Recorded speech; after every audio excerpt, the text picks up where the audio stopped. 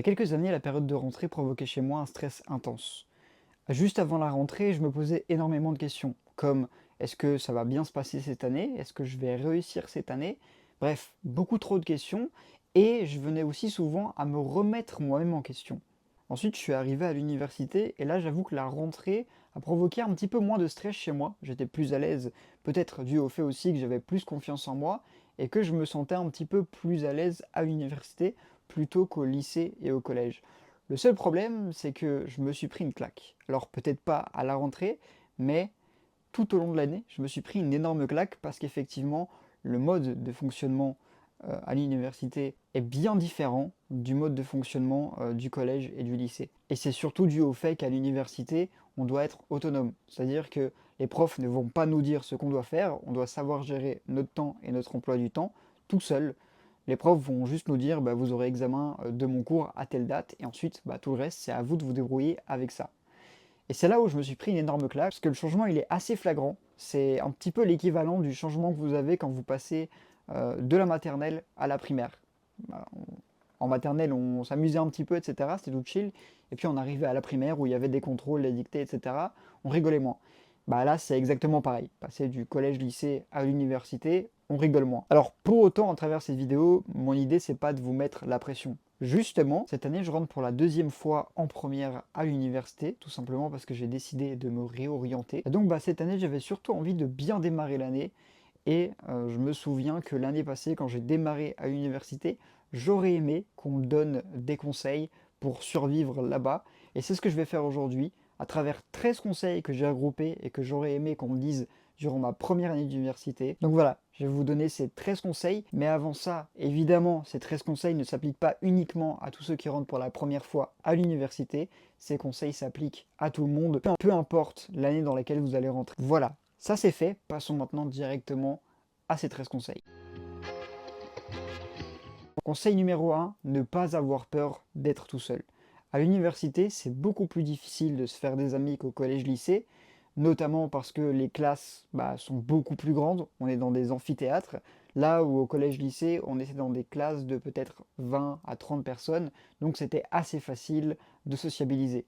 À l'université, c'est plus compliqué parce que les classes sont beaucoup plus grandes et il n'y a pas de récréation. La seule récréation entre guillemets que vous avez, c'est le temps de midi et encore, le temps d'aller manger, si vous mangez dehors, de récupérer votre nourriture, etc. et ensuite de manger, il vous reste peut-être 10 minutes pour sociabiliser. À l'université aussi, tout le monde est un peu plus centré sur soi-même qu'au collège et au lycée. Parce que le niveau est plus exigeant à l'université qu'au collège-lycée. Donc forcément, tout le monde stresse un petit peu pour soi-même et du coup se renferme un petit peu sur lui-même. Alors ce que j'aimerais vous dire à travers ce premier conseil, c'est que vraiment, n'ayez pas peur d'être tout seul. Si jamais vous préférez être tout seul qu'être avec des gens, c'est très bien, n'ayez pas peur de ça. Et ensuite, je sais qu'il y a des gens qui m'ont dit que c'était leur phobie de se retrouver tout seul. Et surtout, n'ayez pas peur de ça, parce qu'en fait, généralement, on a peur de se retrouver tout seul, parce qu'on a peur que les gens nous jugent parce qu'on est tout seul. Sachez qu'à l'université, il y a beaucoup de gens qui sont tout seuls, et la plupart de ces gens, c'est même par choix. Ils ont choisi de ne pas sociabiliser pour se concentrer à 100% sur leurs études et rentabiliser un maximum leurs heures de cours. Donc si jamais vous vous retrouvez tout seul, eh bien écoutez, n'ayez pas peur de ça, on ne vous jugera pas pour ça, contrairement au collège-lycée où c'est vrai que généralement les gens ont plus tendance à nous juger si on se retrouve tout seul. Mais essayez quand même de sociabiliser. Et on arrive au conseil numéro 2, essayez de sociabiliser. Pourquoi est-ce que je vous recommande de sociabiliser? Eh bien, il y a plusieurs raisons. La première raison, c'est que je ne vais pas vous mentir, évidemment que le temps passe plus vite quand vous connaissez au moins une personne. Deuxièmement, vous le savez, à l'université, c'est vous qui prenez note à 100% de ce que le prof dit. Donc, si vous ne sociabilisez pas et que vous avez un trou dans votre cours, vous ne pouvez pas demander à la personne à côté de vous, s'il n'y a personne à côté de vous, de combler ce trou. Ou alors, imaginons, si un jour vous n'êtes pas là, parce que vous n'avez pas sociabilisé, vous ne pourrez pas demander des notes à quelqu'un. C'est pour ça que je vous conseille de sociabiliser au moins avec une personne, histoire de pouvoir vous entraider. Si jamais vous êtes absent pour une raison X ou Y, eh bien vous pourrez demander des notes à cette personne pour vous remettre en ordre. Et surtout, si vous êtes à côté de cette personne et que parce que vous avez été distrait ou parce que le prof a été trop vite, il vous manque une petite partie dans vos notes, eh bien vous pouvez directement la demander à votre collègue du coup. Alors pour tous les timides qui regardent cette vidéo, évidemment, je pense à vous. J'ai fait un podcast justement sur la rentrée, n'hésitez pas à aller l'écouter, ça me ferait super plaisir. Mais dans ce podcast, justement, je parle aussi de petites anecdotes que j'utilisais pour, par exemple, me faire des petites connaissances comme ça à l'université. Je vais vous la donner ici dans cette vidéo pour tous mes timides, celle-là elle est pour vous. Le premier jour de la rentrée, c'est vraiment le jour le plus simple pour pouvoir sociabiliser avec au moins une personne. En fait, c'est très simple. Le jour de la rentrée, vous allez devoir vous rendre dans un local. Bah, ce local-là, si vous savez où il est, tant mieux. Vous allez voir que des gens le cherchent. Eh bien, vous pouvez tout simplement vous adresser à ces gens et les aider à retrouver le local. Ou alors, tout simplement, si vous ne savez vraiment pas où est le local, vous vous adressez à des gens qui cherchent également ce local et dire, bah voilà, on peut chercher à deux, comme ça c'est fait. Ou alors, troisième technique, vous savez où est le local, vous vous rendez devant le local, vous voyez que quelqu'un attend aussi, eh bien vous lui dites, ah oui, excuse-moi, c'est bien ici qu'il faut aller pour tel cours par exemple. On va vous dire oui, et donc à ce moment-là, vous aurez déjà une première approche avec cette personne. Ensuite, il suffira juste en cours de lui demander si vous pouvez vous asseoir à côté de cette personne. Et là, bah, ce sera oui ou non. Et donc, si c'est oui, bah, vous aurez déjà sociabilisé avec une personne. Voilà, pour moi, c'est la technique la plus simple, c'est de demander un petit peu son chemin à des gens qui sont dans notre classe. Pour la petite anecdote, moi, sur ma première année d'université, j'étais vraiment tout seul. Le tout premier jour, j'étais tout seul parce que j'étais arrivé un petit peu en retard par rapport aux autres. Et je me souviens que j'avais vu un mec de ma classe passer sur mon temps de midi. J'avais été le rejoindre et je lui avais dit, écoute frérot, bah, je suis tout seul parce que je viens d'arriver et donc j'ai pas de connaissances. Est-ce que ça te dit que je passe le temps de midi avec toi et éventuellement tu me présentes des gens? Et au final, ce mec-là m'a présenté carrément tout l'établissement et plein de gens. Donc voilà, je vais sociabiliser assez facilement en une simple phrase. Passons au conseil numéro 3 qui est de remettre vos notes du jour en ordre tous les soirs. Donc tous les soirs, vous allez remettre en ordre vos notes que vous avez prises pour les cours que vous avez eu du coup durant la journée. Je ne sais pas si c'est très clair, je pense que vous avez compris. L'idée à travers ça, c'est que vous n'ayez pas de trous dans vos cours. Moi, j'ai fait l'erreur durant ma première année d'université, c'est que parfois le prof allait trop vite ou j'étais un peu distrait, j'avais un trou dans mon cours, bah, du coup, pendant le cours, je pouvais pas le compléter parce qu'il fallait que je continue à écrire ce que le prof disait. Donc j'attendais et le soir, je remplissais pas ce cours-là. Je me disais, bah, je le ferai plus tard. Au final, la semaine d'après, j'avais de nouveau ce cours-là et par exemple, j'avais un nouveau trou et ainsi de suite, et ainsi de suite, et ainsi de suite. Ensuite, j'arrivais en période de partiel où je devais étudier mon cours. Je me rendais compte que le trois quarts de mon cours était rempli de trous. Et pour remplir son cours après 4 mois de cours avec plein de trous dedans, bah, ça devient plus compliqué. C'est pour ça que je vous conseille directement de tous les soirs remettre en ordre votre cours. Si durant la journée vous avez eu des trous dans votre cours, eh ben, n'hésitez pas à directement le soir demander des notes à justement au moins une personne avec qui vous avez sociabilisé ou si vous avez un groupe de classe, tant mieux, vous pouvez demander les notes histoire de pouvoir vous remettre en ordre. Et du coup, n'hésitez pas aussi, si on vous demande des notes, à les envoyer. Comme ça, ben, vous montrez que vous n'êtes pas contre envoyer des notes et on vous en enverra aussi. Voilà, c'est un bon procédé. Vous en envoyez, on vous en envoie comme ça. Tout le monde est content. Vous aidez quelqu'un et quelqu'un vous aidera également. Conseil numéro 4, consacrez au moins 1 heure par jour à un de ces cours.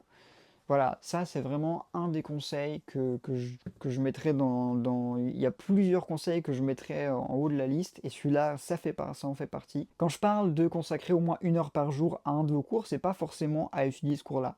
Peut-être vous pouvez passer 1 heure par exemple le lundi, vous dites ok ce cours-là, je le maîtrise pas trop, eh bien vous prenez 1 heure de votre temps pour un petit peu essayer de faire des recherches sur ce cours-là, sur ce que vous maîtrisez pas trop, essayer de comprendre justement ce que vous ne comprenez pas dans ce cours-là. Il y a même des cours où vous pouvez prendre juste 1 heure pour relire un petit peu le cours.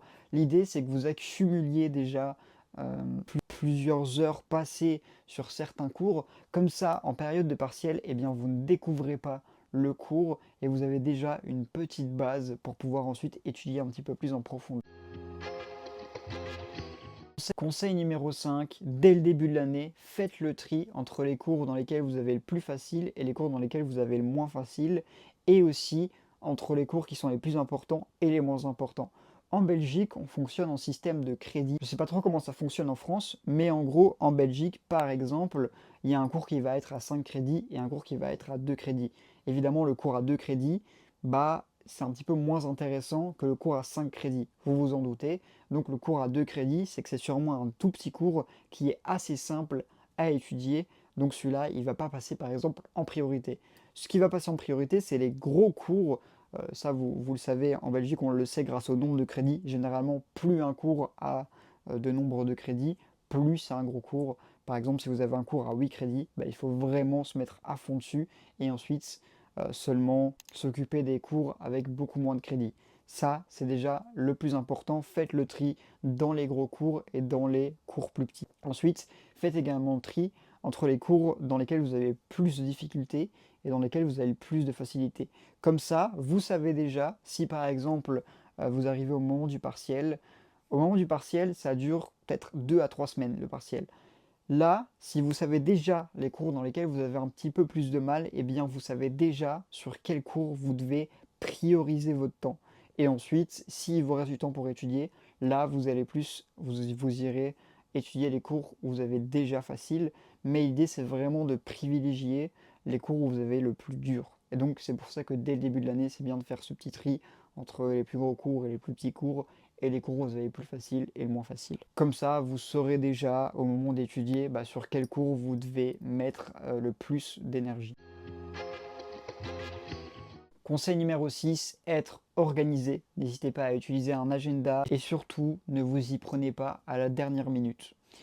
Quand je parle d'être organisé, c'est vraiment être organisé à la fois pour l'université et à la fois dans sa vie privée. Je prends un exemple typique, c'est que par exemple les partiels, les premiers partiels, ils tombent en pleine période de vacances de Noël. Donc il y a Noël et il y a à la fois le Nouvel An.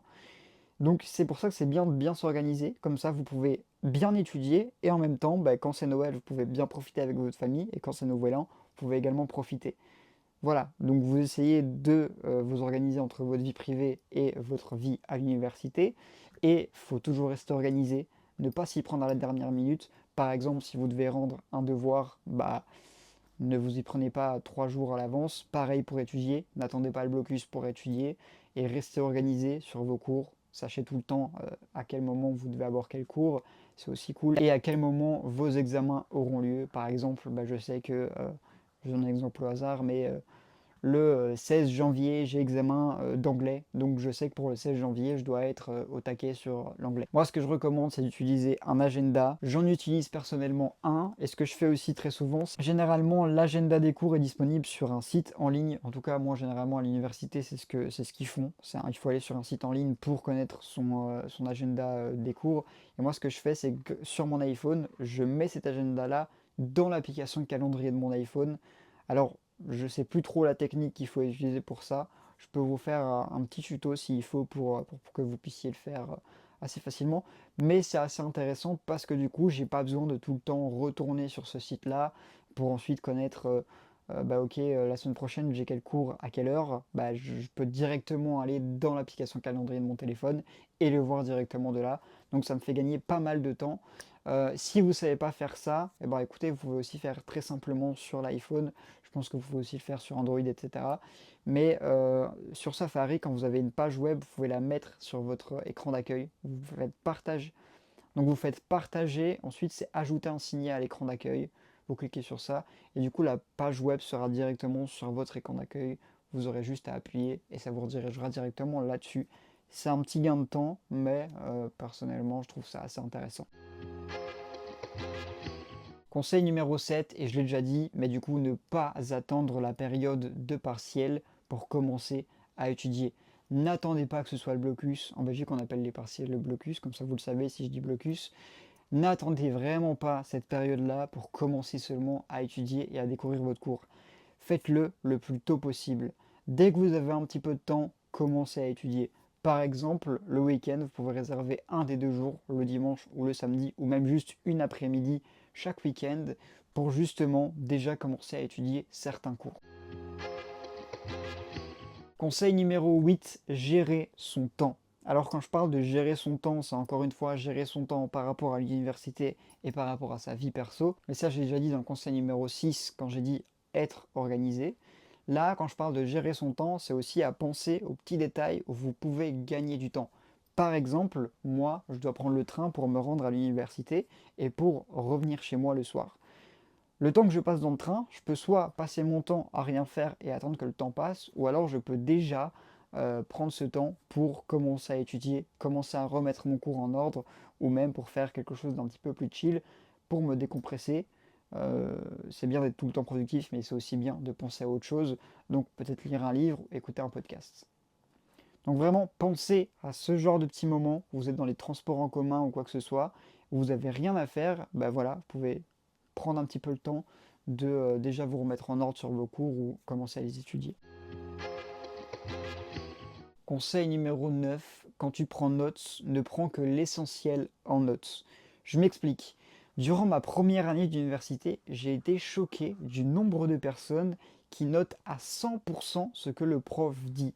Genre vraiment, les personnes notaient à la virgule près ce que le prof disait. C'était limite si le prof toussait, bah, ils allaient écrire le prof a toussé, entre parenthèses. Alors, je comprends qu'à l'université, on a peur de ne pas avoir assez de notes. J'en ai fait partie, j'ai fait cette erreur aussi. Je ne savais pas trop au début c'était quoi l'essentiel que je devais noter. J'avais peur de louper un truc et que ça tombe à l'examen. L'idée, c'est que vous vous demandiez quelle question est-ce que le professeur pourrait me poser à l'examen. Et donc déjà là, vous aurez une petite idée. Généralement, quand c'est vraiment important pour l'examen, le prof a tendance à le dire. En tout cas, oui quand même. Donc vous savez à peu près quand est-ce que vous devez vraiment noter. L'idée, c'est que vous ne notiez pas à 100% ce que le prof dit. Parce que, imaginons, vous notez à 100% ce que le prof dit, vous arrivez en période de partiel, bah, vous pouvez avoir un document Word, moi je prends en note sur Word, de 100 pages parce que vous avez noté tout ce que le prof disait. Alors que si quelqu'un avait noté uniquement l'essentiel, il aurait un document Word de 40 pages. Alors déjà, c'est moins impressionnant d'étudier 40 pages que 100 pages. Donc, bah, personnellement, je serais plus motivé à étudier uniquement 40 pages plutôt que 100 pages. Mais surtout, bah, au moment d'étudier, si vous avez noté à 100% ce que le prof dit, eh ben, vous allez devoir faire un tri entre les choses essentielles et les choses non essentielles. Voilà pourquoi c'est important de directement noter que les choses essentielles. Et après, vous pouvez toujours noter à 100% ce que le prof dit, c'est pas un problème. Et le soir, bah, vous remettez en ordre vos cours. Et là, vous pouvez déjà faire un tri. Vous relisez tout et vous dites, ok, ça, je pense que c'est pas essentiel, je suis pas obligé de le mettre dans mon cours. Voilà. Conseil numéro 10, ayez un bon équilibre entre l'université et votre vie personnelle. C'est très important, mais il faut avoir un bon équilibre. Il faut que ce soit peut-être du 60% université, 40% vie perso. L'idée, c'est que vous ne subissiez pas vos études. C'est une période assez longue, ça peut aller de 3 ans, 5 ans si vous faites un master et 7 ans si vous faites un doctorat. Même plus, ça peut être très très long. L'idée, c'est que vous ne passiez pas un mauvais moment. Il faut aussi savoir passer un bon moment, ça ne doit pas être une corvée, même si on n'a pas tous envie d'étudier certains cours, c'est clair, net et précis, mais ayez un bon équilibre entre la vie à l'université et votre vie personnelle. Par exemple, vous passez une journée à l'université, vous n'êtes pas obligé, une fois que vous rentrez chez vous, de directement tout étudier. Vous pouvez prendre le temps pour vous, prendre 1 heure pour aller à la salle de sport, faire de la musculation ou autre, puis ensuite prendre 1 heure pour chill et regarder des vidéos YouTube, et ensuite prendre 1 heure pour faire autre chose dans votre vie privée, et puis peut-être prendre 30 minutes pour commencer à remettre en ordre son cours. Voilà, l'idée c'est que vous ne consacriez pas 100% de votre temps à l'université, parce qu'au bout d'un moment, vous allez tout simplement en avoir marre et vous allez faire un burn-out, entre guillemets, de l'université. Et c'est pas ce qu'on cherche à avoir, ce serait contre-productif. Donc voilà, si jamais vous voulez trop pousser, n'oubliez pas que ça peut être contre-productif. Conseil numéro 11, peut-être un des plus importants, avec le conseil numéro 10 en vrai, et ils sont en lien. Mais conseil numéro 11, prenez soin de vous. Si jamais vous sentez que ça ne va pas pour X ou Y raison, ne forcez pas plus que ça. Prenez un petit peu du temps pour vous. Par exemple, si vous avez l'occasion, prenez un week-end pour un petit peu vous divertir et aller vous relaxer, ou alors aller voyager un petit peu pendant le week-end. Si jamais vous ratez un examen, bah, ne vous flageolez pas, ne vous en voulez pas tout le temps, chaque seconde de votre vie, ne vous dites pas ah t'es qu'une merde, t'as raté ton examen, ça arrive à tout le monde, vous aurez d'autres chances de réussir cet examen. voilà, vous avez raté, vous pouvez plus rien faire, mis à part utiliser cet échec comme une source de motivation pour le réussir la prochaine fois. Vraiment, prenez soin de vous, prenez soin de votre santé mentale. N'oubliez pas que vous avez besoin d'heures de sommeil. Donc, si tous les soirs, vous restez jusque 3 heures du matin, n'oubliez pas que ça peut être contre-productif et que ça peut aussi jouer sur votre santé physique et mentale de ne pas aller dormir. Évidemment, si vous êtes la veille de l'examen et que c'est juste une nuit où vous devez rester réveillé jusqu'à 3 heures du matin, je l'ai déjà fait, on va tous le faire. Voilà, je dis pas qu'on est contre ça, mais je veux dire que si c'est tout le temps que vous allez dormir à 3 heures du matin à cause des cours, eh ben, posez-vous des questions et vraiment essayez de ne pas le faire. Prenez soin de vous, c'est très important. Encore une fois, comme je dis dans le chapitre, dans le conseil numéro 10, l'idée c'est que vous ne subissiez pas vos études, mais que vous passiez quand même un bon moment parce que on sera étudiant dans notre vie qu'une seule fois. Conseil numéro 12, et il est encore en lien avec le conseil numéro 11 du coup, mais c'est ne stresse pas trop. Il y a beaucoup de gens qui s'infligent un stress pas possible pour pas grand chose finalement.